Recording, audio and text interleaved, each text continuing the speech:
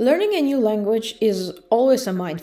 Whether you need to learn a new alphabet or you have to read and write in a different direction, the sentence structure is completely different or you're hit with an absolutely new grammar. But when you do it enough times, things stop surprising you. Or so I thought. On the second day of studying Spanish, I was hit by ser and estar. What the heck is that even about? Hi friend, Potato here. Like many of you, in 2025, I'm finally ready to give Spanish a chance. But this video is not about Spanish.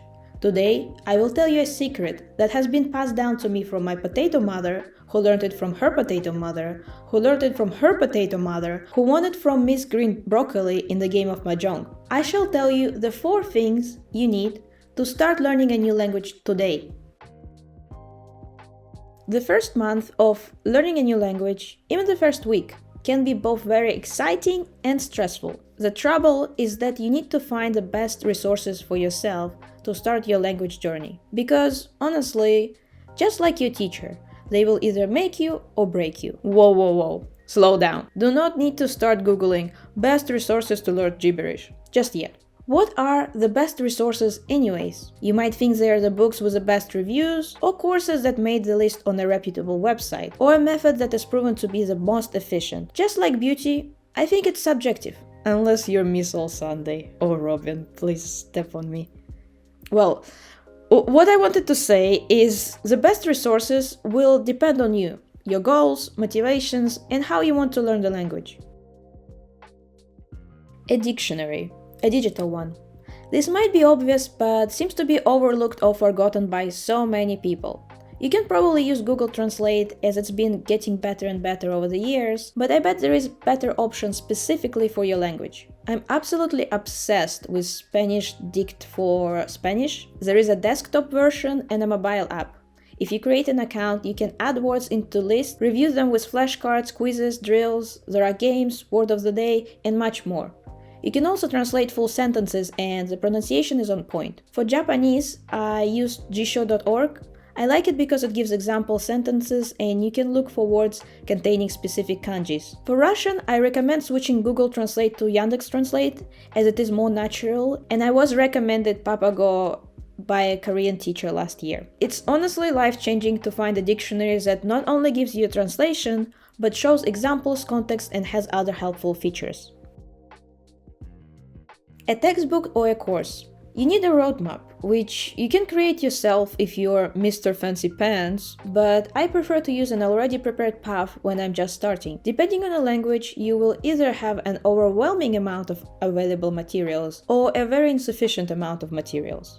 If I'm honest, I have no idea how to choose a correct book or a course on a first try. After ordering random stuff online, I usually end up going to a bookshop and look through as many books as I can, and at the end, 1 or 2 just visually resonate with me. Definitely look for a book or a course suitable for self-study, so it has all the explanations and does not have any pair work exercises. Do not buy anything until you have looked inside. An entry point, which I think is the most essential in this list, especially when you're just starting to flirt with an idea of learning a new language. Ew, Potato uses Duolingo? Yes, I do.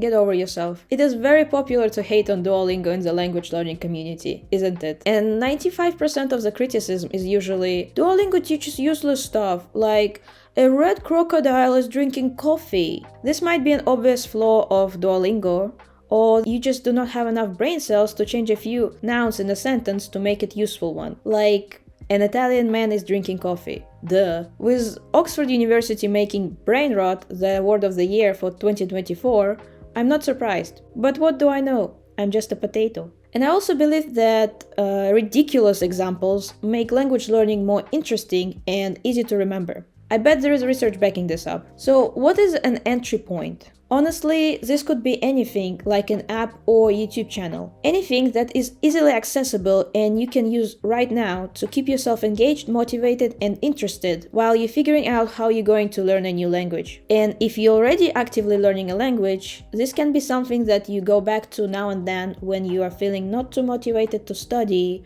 or when you took a pause and don't know how to get back into language learning. Something you enjoy. It's hard to learn a language when you don't like the culture or people. That's why no one learns French after they finish school. What is your motivation? How do you want to connect with culture and people through that language? Whether I watch anime in Japanese or scream my lungs out in Spanish when I sing, it is such a rewarding feeling to understand what's going on. Okay, here's a bonus one, which is a teacher. You don't need a teacher, but I've noticed that it makes so much difference for me. A good teacher is like a nice outfit that you just bought and can't wait to wear tomorrow. It motivates and inspires you. Regardless with what mood I come to my Spanish lesson, after the 45 minutes I feel so good about myself, my skill, and generally motivated and inspired to learn more. Learn now, learn fast, and learn as much as I can. The last thing I wanted to say, when you start learning a new language, it's important for you to live in the present. Do not peek into the future and do not think about the past. You haven't learned these tenses anyways. Thank you for watching. Please leave a like, subscribe, and... El señor Pérez estudia español.